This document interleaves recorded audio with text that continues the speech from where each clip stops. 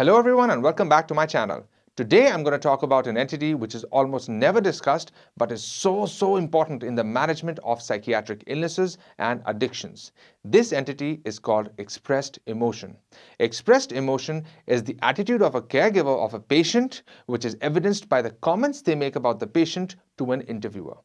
Various research and clinical studies have shown beyond doubt that expressed emotion is one of the major psychosocial stressors and is directly correlated with addiction relapse or recurrence of a psychiatric illness. Effectively, this means that people who are living in environments where there are high expressed emotions are significantly more likely to relapse than those who don't.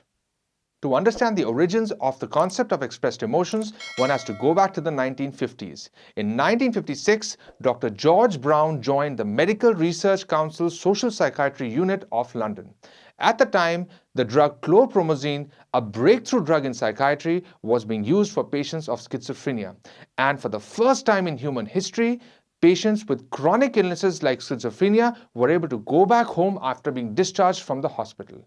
However, it was being noticed that soon after being discharged, these patients were readmitted with worsening of the symptoms. To understand the reasons for relapse, Dr. Brown and his colleagues decided to initiate a research study with men discharged from psychiatric hospitals, most of them with a diagnosis of schizophrenia. From the study, it was observed that the strongest link for relapse and readmission was the type of home to which patients were discharged. Surprisingly, patients who were living with their wives or their parents were more likely to relapse and need readmission than those who were living alone or with their siblings. Also, patients living with their mothers had a reduced risk of relapse and readmission if the patients and or their mothers went out to work. This was a breakthrough in the field of psychiatry and psychology, and the concept of expressed emotion was extended to all psychiatric illnesses and addictions. Let's now talk about the 5 components of expressed emotion. They are critical comments, hostility, emotional over-involvement, positive remarks, and warmth.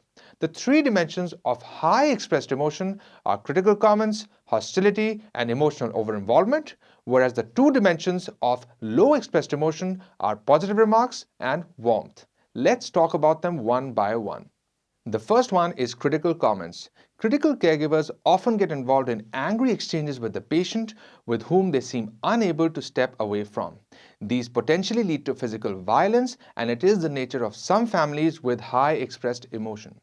Patients who are not able to get up in the morning on time, those who don't wash regularly, and patients who are unable to perform and participate in household tasks are often seen as being lazy and selfish.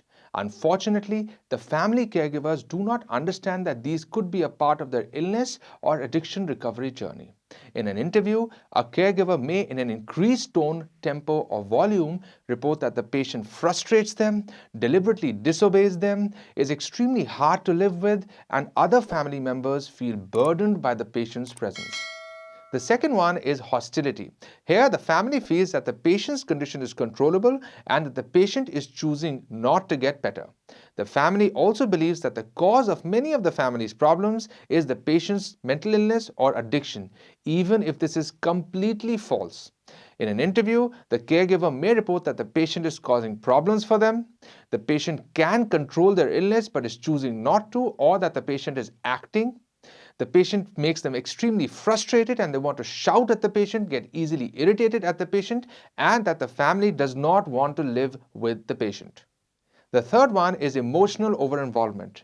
Emotional over-involvement manifests as over-emotionality, excessive self-sacrifice, over-identification, and extreme overprotective behavior towards the patient. Family members who have high emotional involvement tend to be more intrusive. And that's because they feel pity towards the patient. At some level, they feel that they are responsible for the patient's condition and they feel that they must take charge of the patient's life to make it better.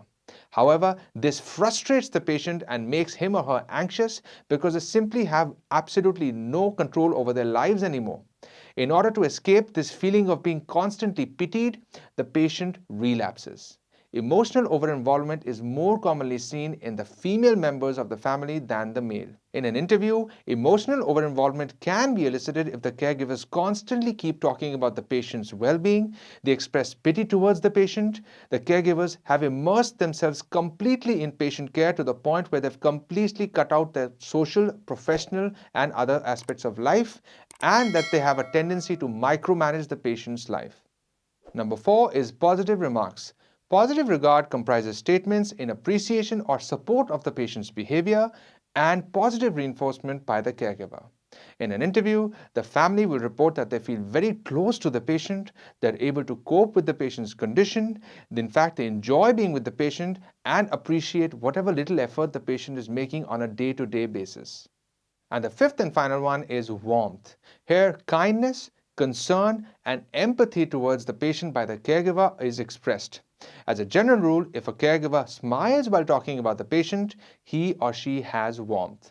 In an interview, the family will report the patient tries their best to get along with everyone. In fact, he or she is quite easy to get along with. They enjoy being around the patient, and that the patient makes a lot of sense when he or she talks. So now that you know what expressed emotion is, how do we reduce expressed emotion? Well, family psychoeducation is the mainstay of treatment for high expressed emotion. But before we get to that, there's a need for you to understand the two main models of psychoeducation. The first one is the deficit model, which suggests that a deficit of information given by us as professionals to the patient and their family members about their illness or addiction leads to the negative attitudes and behaviors that we see. And providing them the information will reduce these behaviors. The second model is the interaction model, which suggests that no matter how much information we give to the patient and their family members, their own perceptions and biases of the information that we give them will make them understand, organize, or possibly reject it. Family psychoeducation works on the deficit model, so it includes educating the patient and their caregivers about the illness or addiction, providing emotional support, improving problem-solving skills, and debunking myths and misconceptions. The length and duration of the treatment varies across cultures. It depends on the person's socioeconomic, education, and domicile status.